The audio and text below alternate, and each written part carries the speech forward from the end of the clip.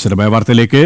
വിഘ്നങ്ങൾ അകറ്റുന്ന ഗണപതി ഭഗവാന്റെ തിരു അവതാര ദിനമാണ് ഇന്ന്. ചിങ്ങമാസത്തിലെ വെളുത്ത പക്ഷത്തിലെ ചതുർത്ഥി ദിനമാണ് വിനായക ചതുർത്ഥിയായി ആഘോഷിക്കുന്നത്. മള്ളിയൂർ മഹാഗണപതി ക്ഷേത്രത്തിൽ പുലർച്ചെ ആരംഭിച്ച 10,008 തേങ്ങയുടെ ഗണപതി ഹോമം തുടരുകയാണ്. വിവിധ ക്ഷേത്രങ്ങളിൽ ആഘോഷങ്ങൾ പുരോഗമിക്കുന്നു. ആ വിശേഷങ്ങളിലേക്ക് ആദ്യം മള്ളിയൂർ ക്ഷേത്രത്തിൽ നിന്നും അരുൺ കൊടുങ്ങൂർ ചേരുകയാണ്. അരുൺ, പുലർച്ചെ മുതൽ തന്നെ വലിയ ഭക്തജന തിരക്കാണ് ക്ഷേത്രത്തിൽ അനുഭവപ്പെട്ടുകൊണ്ടിരിക്കുന്നത്. ഇന്ന് പ്രത്യേക വിശേഷാൽ പൂജകളും ചടങ്ങുകളുമുണ്ട്. ചടങ്ങുകൾ എങ്ങനെ പുരോഗമിക്കുന്നു?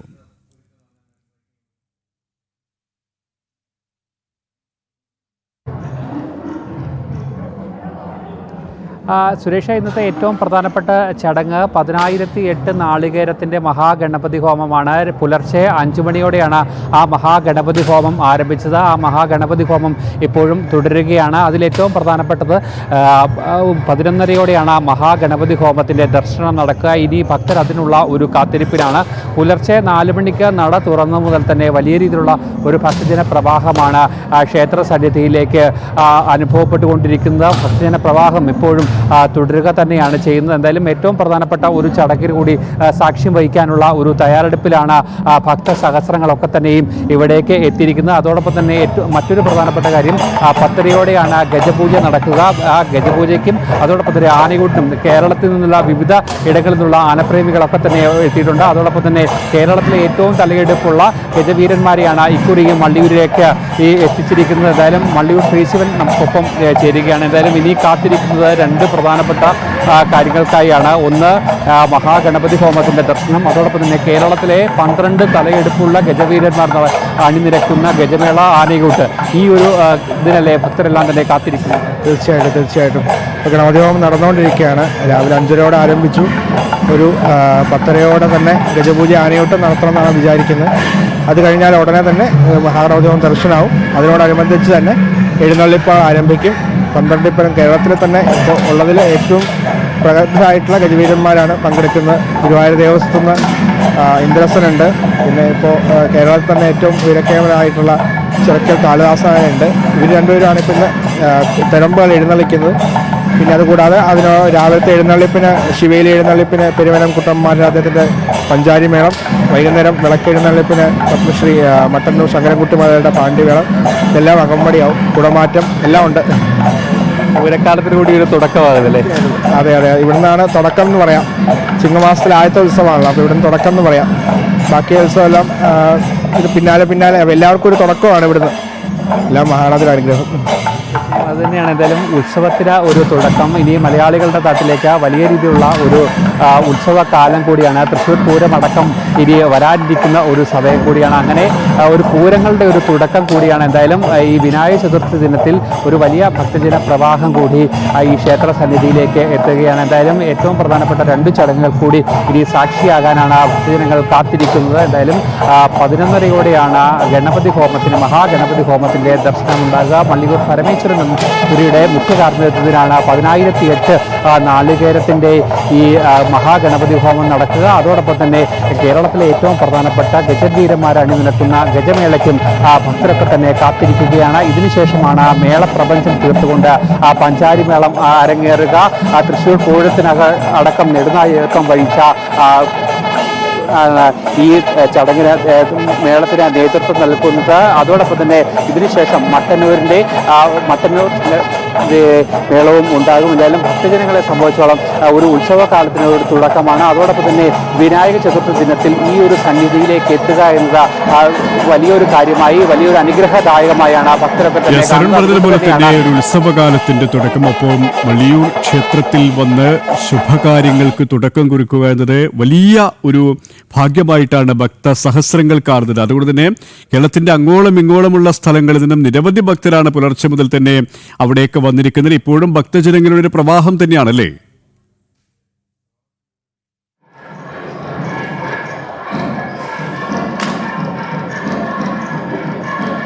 തീർച്ചയായും പുലർച്ചെ 4 മണിക്ക് ആരംഭിച്ച ആ ഒരു തിരക്ക് ഇപ്പോഴും തുടർന്നുകൊണ്ടിരിക്കുകയാണ്. എന്തായാലും ആ ഒരു ഭക്തജന പ്രവാഹം വരും മണിക്കൂറുകളിലേക്കും ഉണ്ടാകുമെന്നാണ് കരുതുന്നത്. കാരണം ഏറ്റവും വിശിഷ്ടമായ, ഏറ്റവും ശ്രേഷ്ഠമായ, ഏറ്റവും പവിത്രമായ, ഏറ്റവും ദർശന സാഹചര്യം നൽകുന്ന ഒരു ചടങ്ങ് എന്നത് മഹാഗണപതി ഹോമത്തിന്റെ ദർശനമാണ്. അപൂർവങ്ങളിൽ അപൂർവമാണ് 10,008 നാളികേരത്തിന്റെ മഹാഗണപതി ഹോമം നടക്കുക. അതുകൊണ്ട് തന്നെ നിധിയിലേക്ക് ഈ ദർശനം ആ സമയത്തേക്ക്, അല്ലെങ്കിൽ മഹാഗണപതി ഹോമത്തിന്റെ സമർപ്പണത്തിന്റെ ആ ഒരു സമയത്തേക്ക് ഈ ഭക്തജന പ്രവാഹം കൂടുതലായി ക്ഷേത്ര സന്നിധിയിലേക്ക് എത്തുമെന്ന് പറയുന്നു. അതോടൊപ്പം തന്നെ പൂരപ്രേമികളെ സംബന്ധിച്ചോളം, ആനപ്രേമികളെ സംബന്ധിച്ചോളം, മേളപ്രേമികളെ സംബന്ധിച്ചോളം ഏറ്റവും പ്രധാനപ്പെട്ട 2 ചടങ്ങുകൾ കൂടി ഇവിടെ നടക്കുന്നു. കേരളത്തിലെ ഏറ്റവും പ്രധാനപ്പെട്ട ഗജവീരന്മാരെ അണിനിരത്തിയുള്ള ഗജമേള, അതോടൊപ്പം തന്നെ ആനയൂട്ട്, ഗജപൂജ അടക്കമുള്ളവ നടക്കുകയും ചെയ്യും. ഗുരുവായൂർ ഇന്ദ്രേശൻ, അതോടൊപ്പം തന്നെ ചിറക്കൽ കാളിദാസൻ അടക്കമുള്ള കേരളത്തിലെ ഏറ്റവും പ്രധാനപ്പെട്ട ഗജവീരന്മാരൊക്കെ തന്നെ ഇവിടേക്ക്, ഈ ക്ഷേത്ര സന്നിധിയിലേക്ക് ഇപ്പോൾ തന്നെ എത്തിക്കഴിഞ്ഞിട്ടുണ്ട്. എന്തായാലും വലിയ രീതിയിലുള്ള ഒരു ഭക്തജന തിരക്ക് തന്നെയാണ് ക്ഷേത്രത്തിൽ അനുഭവപ്പെട്ടുകൊണ്ടിരിക്കുന്നത്. എന്തായാലും എല്ലാ ഭക്തരും ഗണേശ മന്ത്രസ്തുതികളോടെ കാത്തിരിക്കുകയാണ്. മഹാഗണപതി ഹോമത്തിന്റെ ദർശനത്തിനായുള്ള ഒരു കാത്തിരിപ്പിൽ തന്നെയാണ് ഭക്തസഹസ്രങ്ങളൊക്കെ തന്നെയും ഈ വള്ളിയൂരപ്പന്റെ ഈ സന്നിധിയിലുള്ളത്. സുരേഷ്, വള്ളിയൂർ ക്ഷേത്രത്തിൽ നിന്നും അരുൺ കൊടുങ്ങൂരാണ് വിശദാംശങ്ങൾ നൽകിയത്. ഇപ്പോൾ പഴവങ്ങാടി ഗണപതി ക്ഷേത്രത്തിൽ നിന്നും ശാലിനി ശരിയാണ്. ശാലിനി, പഴവങ്ങാടി ഗണപതി ക്ഷേത്രത്തിൽ പുലർച്ചെ മുതൽ തന്നെ വലിയ രീതിയിലുള്ള ഭക്തജനങ്ങളുടെ തിരക്കാണ് നമുക്ക് കാണാൻ സാധിക്കുന്നത്. ആ ഒരു തിരക്കിന് ഇപ്പോഴും കുറവില്ല എന്നാണ് മനസ്സിലാക്കാൻ സാധിക്കുന്നത്. അപ്പം പ്രത്യേക ചടങ്ങുകളും പൂജകളും തുടരുകയാണോ?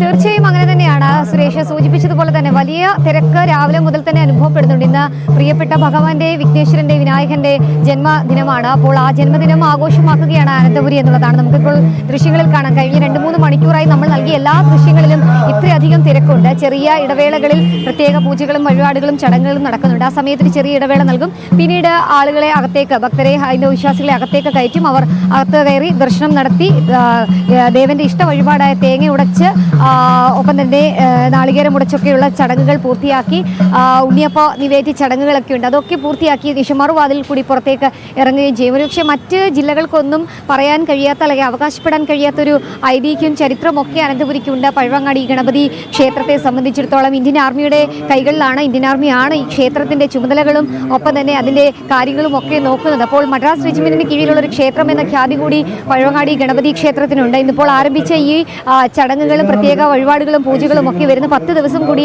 നീണ്ടു നിൽക്കും. രാവിലെ 7:00 ക്ഷേത്രത്തിന് മുൻപിൽ സ്ഥാപിച്ച കൊടിമരത്തിൽ പ്രത്യേകമായി തയ്യാറാക്കിയ കൊടിയേറ്റം നടന്നു. ആ കൊടിയേറ്റത്തോടു കൂടി ഈ വിനായക ചതുർത്ഥി ദിന ആഘോഷങ്ങൾക്കും ഒപ്പം തന്നെ ഉത്സവ ആഘോഷങ്ങൾക്കും ഒക്കെ തുടക്കം കുറിച്ചിരിക്കുകയാണ്.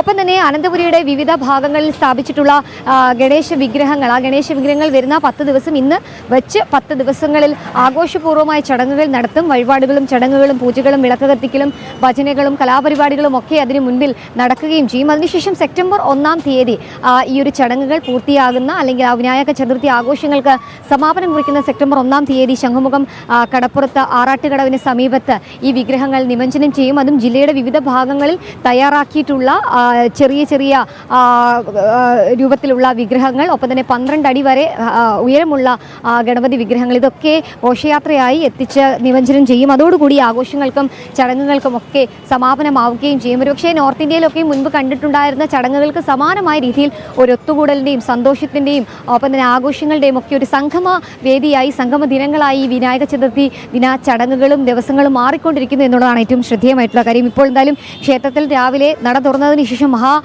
ഗണപതി ഹോമമൊക്കെ നടന്നിരുന്നു. ഒപ്പം തന്നെ പ്രത്യേക വഴിപാടുകൾ, ചടങ്ങുകളൊക്കെ ഉണ്ടായിരുന്നു. അതൊക്കെ പൂർത്തീകരിച്ചതിന് ശേഷമാണ് ഈ ഒരു കൊടിയേറ്റ ചടങ്ങുകൾ പൂർത്തീകരിച്ചത്. ഇപ്പോഴും ക്ഷേത്രത്തിൽ ഭക്തജന തിരക്ക് തുടരുകയാണ്. ഇനി അല്പസമയത്തിനകം പഴവങ്ങാടി പൗരസമിതി നടത്തുന്ന അന്നദാന ചടങ്ങുകളൊക്കെ ഉണ്ട്.